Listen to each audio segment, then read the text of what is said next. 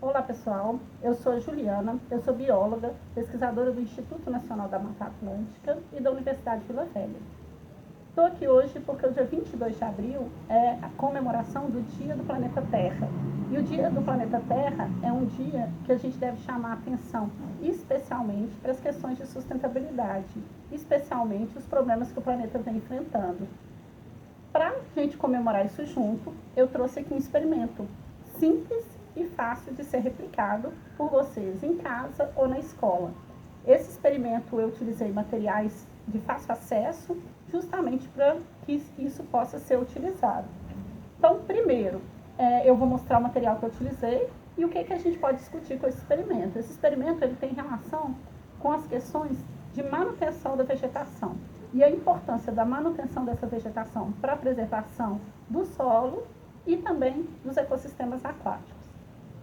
Para montá-lo, o que eu fiz? Eu peguei 3 garrafas PET. Então, com uma garrafa PET, você vai cortar ela e formar um formato de vaso, mantendo a área da tampa e a área do fundo, e colocar terra e plantar, como um vasinho mesmo, tá? E aí eu fiz 3 modelos para o nosso experimento. Um em que eu vou manter a vegetação, um local que vai estar vegetado. Então, eu plantei alguma coisa. Nesse caso aqui, eu plantei milho de pipoca, porque crescia rápido. Pode utilizar o piche, pode utilizar outro tipo de vegetação. O importante é uma vegetação que cresça e dê raiz, né? Para ajudar a sustentar o nosso solo. Nesse segundo, eu fiz a simulação da serrapilheira. Serrapilheira é aquela vegetação que cai no solo e que é utilizada e decomposta pelos organismos.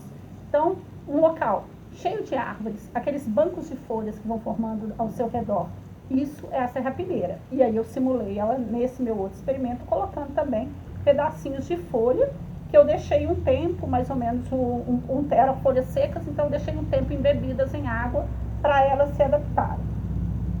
E o último seria aquele de solo nu, que não tem vegetação mais. Então seria só a terra, não coloquei nada, e aí a gente vai ver a diferença. Que teste que a gente pode fazer com esse experimento? Nós vamos regar esses nossos experimentos, né, essas nossas garrafinhas, e a gente vai observar a diferença da água que escoa numa área vegetada. Então, vamos colocar aqui escorrer um pouquinho de água na nossa área vegetada. Vocês viram que o copinho coletor eu fiz também com garrafa PET. Uma área que já não tem muita vegetação mais, mas que ainda mantém uma diversidade, incluindo a presença da serrapilheira. E uma área totalmente desmatada. E aí a gente vai observar, opa, que esse aqui escorregou o meu copinho, mas nós vamos ajeitar esse aqui, a bagunça. Eu vou colocar só mais um pouquinho de água, pra vocês verem que eu perdi. E vamos deixar isso aqui escorrer para a gente observar. O que a gente vai observar? A água, ela naturalmente, ela vai escoar diferentemente entre os corpos, né? No caso do meu experimento aqui, a água que saiu do meu experimento vegetado, ela vai estar um pouco mais filtrada. É lógico que ela está escurinha aqui, porque eu tinha muita lama. O experimento foi montado para apresentar, então não deu muita raiz, né? Não chegou a ter raiz firme, uma raiz bem fininha, então ele não segura tanto, mas ele segura um pouco. A gente pode ver que é uma água que tem menos sólidos, né? Ela é uma água, o que passou aqui são sólidos mais finos, no caso.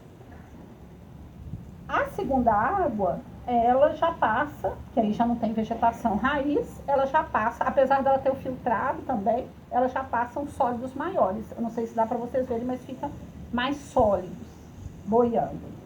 E a terceira água, naturalmente, ela vai ser um pouco mais com sólidos e um pouco mais escura, tá? Isso, é claro que não ficou tão visível aqui, porque o experimento foi montado só para ver como que isso poderia funcionar, mas isso com certeza vai modificar a qualidade da água.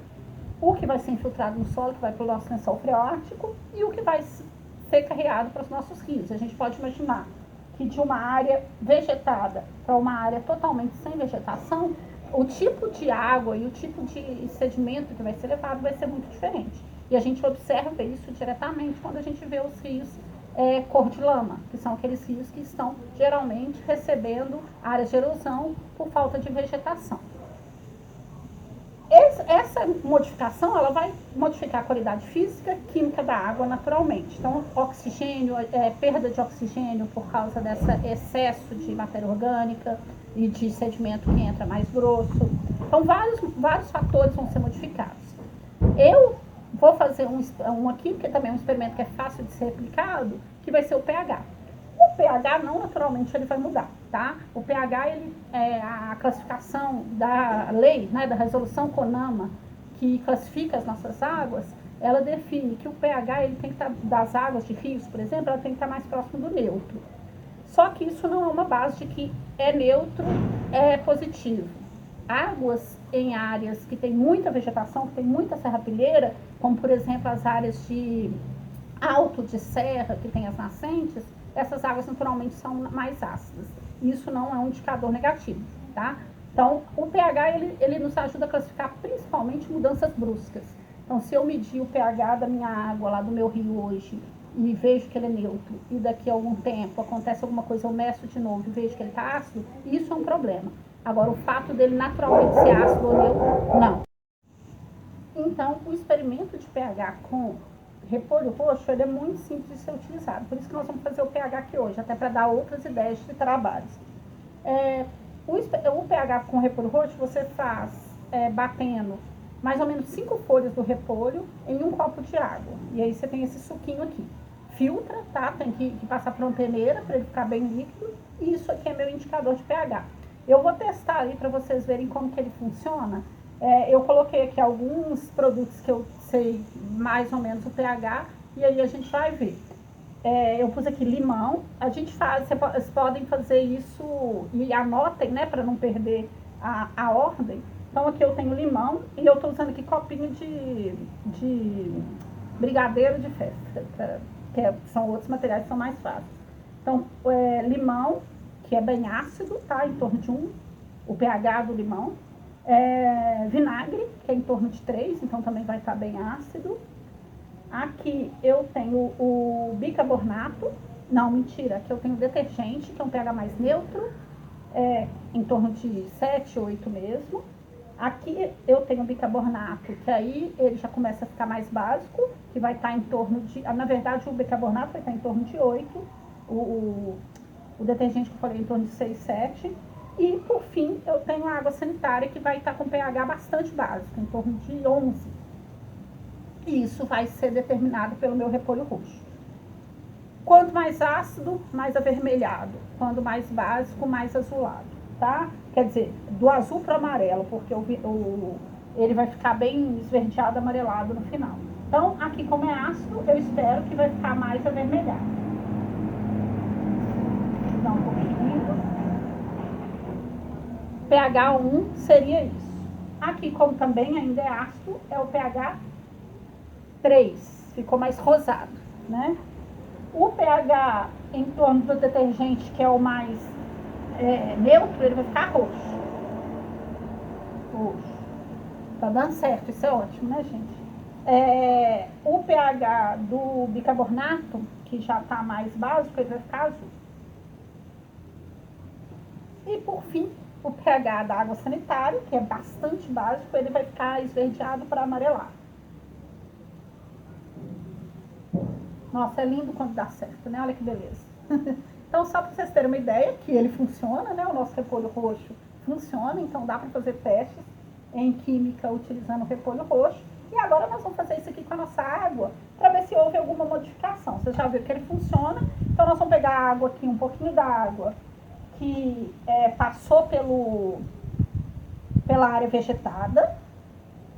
Opa! O bom é que eu faço bastante bagunça.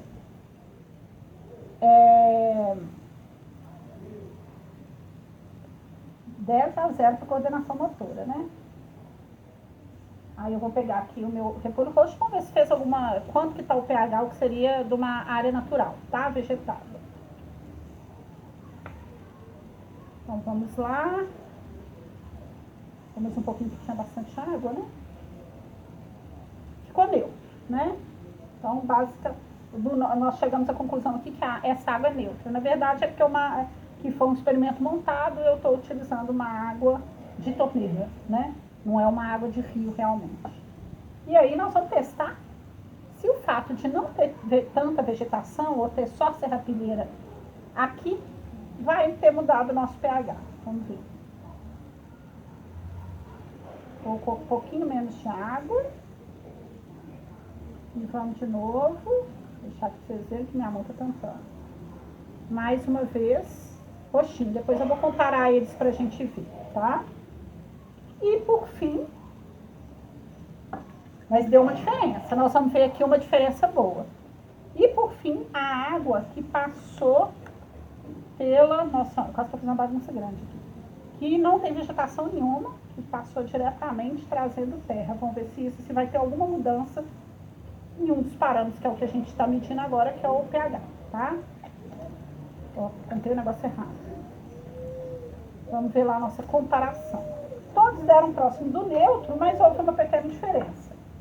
Área com vegetação, área só com serrapilheira e área só com só terra, tá? Então a gente vê que a com serrapilheira, ela mostrou um pH mais neutro, a com vegetação, ela ficou um pouco mais escura, então tendência a ir levando para o básico, e essa um pouco mais clara, tendência levando para o ácido, tá? Você perguntou tampando meu rosto. Então só para a gente ver. Então alguns parâmetros a gente vai conseguir ver. Lógico que esse foi um experimento curto, rápido, então não vai dar um resultado tão ativo assim. Para finalizar, eu trouxe um outro parâmetro que a gente pode medir, que é a matéria orgânica. A matéria orgânica, ela é um parâmetro natural dos ambientes. Essa vegetação é matéria orgânica. A vegetação que morre, que vai ser decomposta, produz matéria orgânica, que é fonte de alimento para muitos organismos, inclusive. Animais que morrem, fonte de matéria orgânica. Então, a gente vai ter fontes naturais de matéria orgânica, vegetal, animal, nos nossos ecossistemas. Porém, a matéria orgânica pode se transformar num indicador de poluição.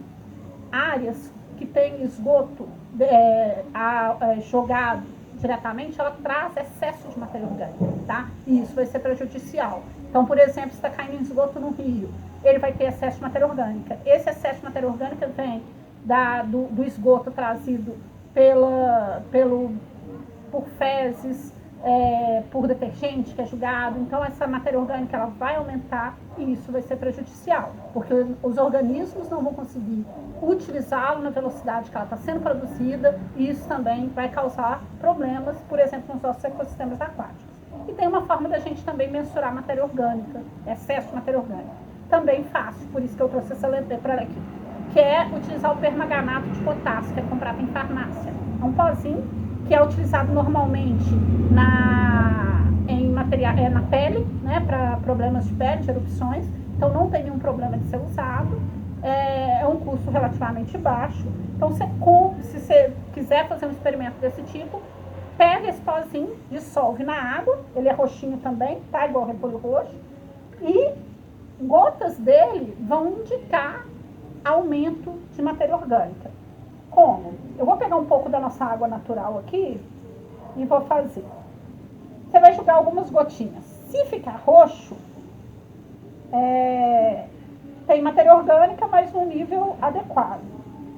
Se ficar preto, é porque tem excesso de matéria orgânica. Eu e esses copinhos aqui não estamos entrando num acordo, né? Então vamos lá. Peguei aqui meu permanganato, que faz uma bagunça danada, então tem que tomar cuidado. Ele é bem bagunceiro. Vou pegar aqui umas gotinhas mesmo com meu conta-gotas e vou pingar. Se ficar roxinho é porque tá natural, tá? O que eu espero que vai acontecer com todos os outros, tá? Pode colocar um pouquinho mais, assim. Na verdade, ele degrada se não tiver. Então, você põe para você ver ele roxo, rosado, roxo mesmo. E eu vou mostrar para vocês como que funciona. Eu acho que se a gente fizer no experimento, não vai ser visível, porque não deu essa diferença. Mas aí eu vou mostrar como que funciona, porque eu separei aqui um pouquinho da água que eu deixei aquela vegetação que eu falei para formar a serrapilheira, eu deixei uns 2 dias essas folhas embebidas. Então formou esse chazinho, que é natural, tá? De quando como se fosse um chazinho mesmo, porque ficou folha embebida. Olha a cor dele. Vou colocar um pouquinho dar uma diluída nele aqui na minha água. Pronto. Então esse chazinho, isso aqui é que torna as águas normalmente mais ácidas, tá? Se vocês forem imaginar lá onde tem muita vegetação, aquele escoamento leva justamente uma água como se fosse um chá para dentro do rio. Então, quem já foi em área de nascente de montanha, áreas mais altas, e reparou que tem águas com cor de chá, cor de Coca-Cola, é por causa do escoamento da vegetação. Então, nós vamos pingar aqui. Como tem muita matéria orgânica, a gente sabe, porque ficou um bom tempo a vegetação aqui dentro, eu espero que ele fique escuro, tá? Vamos fazer a mesma coisa, pingar. E aí ele fica mais preto. Nesse caso aqui, não é indicação de esgoto, porque a gente sabe que eu manipulei o experimento colocando vegetação nele, olha a cor. Mas, se você pega uma água de rio, você está querendo testar, né, perto da sua casa, e joga, ficou assim, olha a diferença dos dois. Ficou dessa cor, natural, quantidade normal de matéria orgânica. Ficou dessa cor, indicativo de excesso de matéria orgânica, tá? Bem, o que eu tinha para mostrar basicamente era isso hoje. Espero que vocês tenham gostado, que consigam replicar isso, né?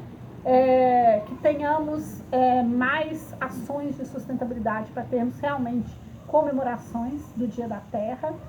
Fiquem em casa, se cuidem, né? Eu tô sem máscara porque eu tô na minha casa gravando esse filminho.